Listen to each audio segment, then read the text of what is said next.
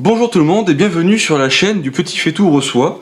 Aujourd'hui, on va parler de la vocation de sapeur-pompier volontaire, qui n'est pas un métier, par contre qui peut déboucher sur un métier si on continue le cursus et qu'on devient professionnel. Déjà, pourquoi devenir pompier volontaire ? Déjà pour porter secours à la population, à savoir que les pompiers c'est le premier corps de défense intérieure du pays. Pour un enrichissement personnel aussi, parce qu'on apprend beaucoup de choses, que ce soit techniques ou des choses humaines, c'est plein de très bonnes expériences en caserne et en intervention. Et puis aussi évidemment, c'est rémunéré. La rémunération s'appelle les indemnités chez les pompiers et c'est net d'impôts. Selon les casernes, vous allez tourner entre 150 et 300 euros par mois. Alors ça va être pour les petites casernes et pour les grosses casernes ça peut être beaucoup plus. Par exemple j'ai commencé dans une caserne qui couvrait 90 000 habitants. On était 170 pompiers en caserne. Dans ces 170 il y avait 60 professionnels et 110 volontaires. À quelque chose près, à 2-3 près. À 7000 interventions par an. Et les gardes dans cette caserne-là, c'était des gardes de 12 heures postées, c'est-à-dire que c'était 12 heures en caserne, 12 heures jour, 12 heures nuit, ou des fois 24 heures en total. Ça peut arriver parfois, ça m'est arrivé plusieurs fois de faire 36 heures de garde. Normalement c'est pas autorisé, mais bon, ça peut arriver, selon les circonstances. Et quand c'est comme ça, le volontaire suit la garde des professionnels, on fait tout comme eux. C'est-à-dire qu'on fait l'appel, la manœuvre à l'engin, le sport, manœuvre, enfin on fait tout avec eux, puis des interventions qui sont courantes. Après quand c'est les petites casernes, là par exemple je suis affecté à une petite caserne maintenant, où on fait 600 départs à l'année, nous sommes que des volontaires, il n'y a aucun professionnel affecté à cette caserne en tant que professionnel, même les professionnels sont volontaires à la caserne de chez nous. Par contre, ils sont professionnels dans une autre caserne. C'est possible d'avoir 2 affectations. Donc là où je suis, on est une trentaine de volontaires affectés à la caserne. Les gardes sont au minimum 5. Et par contre, dans une petite caserne comme ça, c'est beaucoup plus contraignant parce que les gardes durent une semaine et dans la semaine, il y a des horaires. Ça va être... Chez nous, ça marche comme ça marche peut-être pas partout pareil, mais chez nous, c'est de 19h30 à 6h30 du matin, où on doit être disponible. Si on est de garde, si on n'est pas de garde, on peut ne pas être disponible. Par contre, on a aussi une application sur téléphone où on se met disponible dès qu'on le souhaite. C'est-à-dire que, par exemple, quand on débauche, le soir à 18h par exemple, ou à 17h, peu importe, on rentre, on est disponible, on se met dispo, comme ça, si jamais il y a une intervention à faire, eh bien, on part. Et ça, c'est arrivé... Moi, ça m'arrive pas mal de fois, d'arriver à la maison, je me mets disponible, j'ai même pas le temps de me mettre en uniforme que déjà ça sonne. Donc je me change vite et je pars. Donc il faut savoir que pompier volontaire dans un petit centre, c'est beaucoup plus contraignant que dans un gros centre.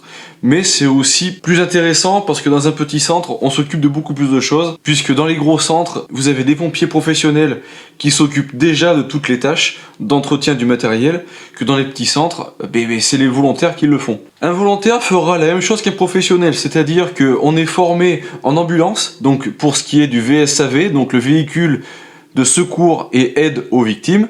Sur les incendies, on fait la même chose aussi selon le matériel qu'on a en caserne.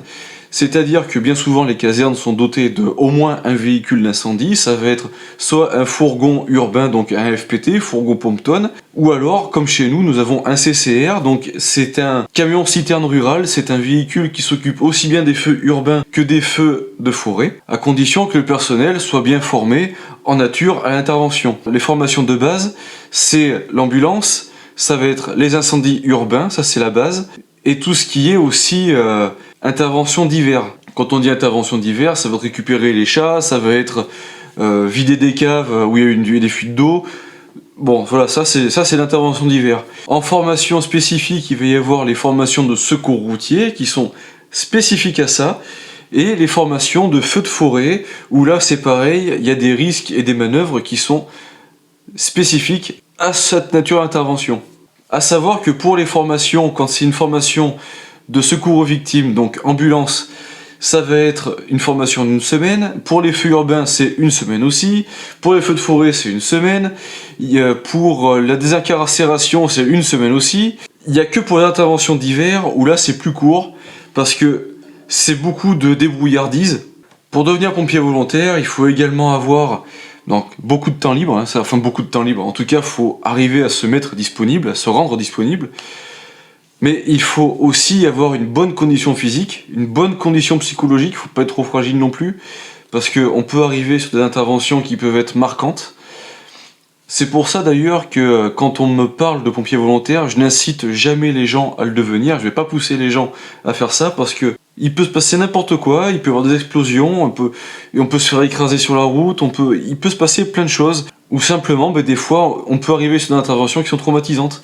Hein, je vais être un petit peu cru, mais il est pas rare d'arriver sur une intervention où quelqu'un vient de se faire écraser, justement, ou quelqu'un qui s'est fait sauter la cervelle, ou des trucs comme ça. Donc des interventions de ce type, il faut être préparé, à savoir que finalement, ce qui marque le plus, c'est pas tellement ça, c'est surtout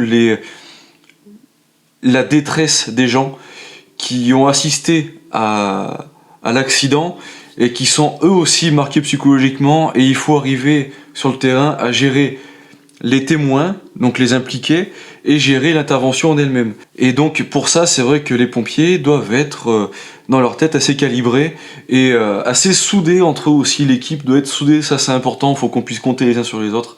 Il faut qu'il y ait un esprit d'équipe, un esprit de camaraderie.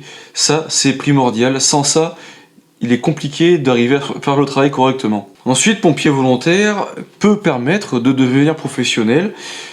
Par contre, ça marche par concours. Il y aura des concours à faire. Ça dépend des régions. Il y en aura qui se passeront sur Lyon, sur Bordeaux, peut-être sur Paris.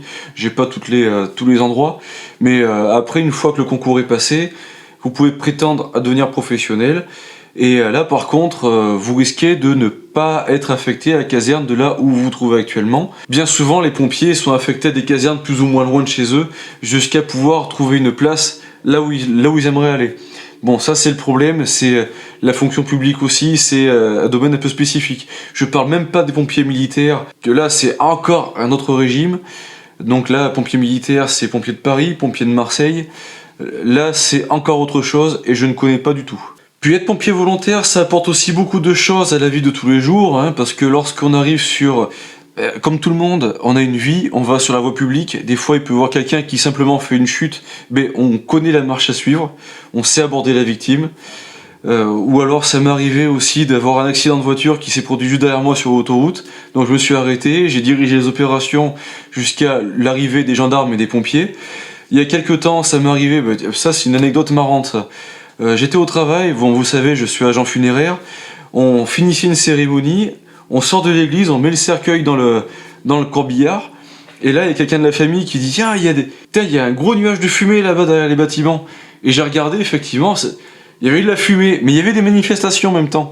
Donc on s'est dit, ça se trouve c'est des pneus, mais quand même, la fumée était quand même sacrément épaisse. Bon, on finit avec la cérémonie, le curé avait fini son truc, et hop, moi je suis parti. Je suis allé voir ce qui se passait, il y avait des gens qui couraient partout en bas d'un bâtiment, il y avait un bâtiment qui commençait à prendre feu au niveau des combles. Donc eux, ils savaient pas quoi faire, je leur ai demandé ce qui se passait, ils m'ont dit on sait pas, il y a des gens qui sont dans le bâtiment, machin. Moi j'étais en costard-cravate, et j'ai dit bon ben allez, j'y vais, laissez la porte ouverte. Oui, alors j'ai demandé de laisser la porte ouverte, la marche à suivre normalement c'est de fermer toutes les issues pour confiner le feu. Sauf que vu que j'avais pas d'appareil respiratoire, je risquais d'être intoxiqué par les fumées, donc j'ai demandé à ce qu'ils laissent la porte ouverte derrière pour travailler avec le vent dans le dos, de manière à ce que la fumée se dégage. Donc j'ai introduit les lieux, j'ai tapé à toutes les portes, j'ai évacué des gens. Il y a des gens qui savaient pas que ça brûlait chez eux, hein, dans leur immeuble, donc je les ai évacués, je suis allé voir dans les combles, j'ai vu que ça cramait, j'ai fermé la porte comme j'ai pu parce que ça fermait pas très bien. J'ai demandé aux gens s'ils avaient des extincteurs ou des choses comme ça, personne n'avait rien, ça c'est quand même dommage. Ils avaient même pas de bassine, les gens, vous avez qu'à voir un peu. Bon, j'ai fermé, je suis descendu, j'ai attendu les pompiers, je leur ai expliqué la situation, puis je suis parti, puis après ils ont fait ce qu'ils avaient à faire. Mais vous voyez, pompiers volontaires, ça sert aussi à ça. On est disponible, pas que en service, on est disponible tout le temps.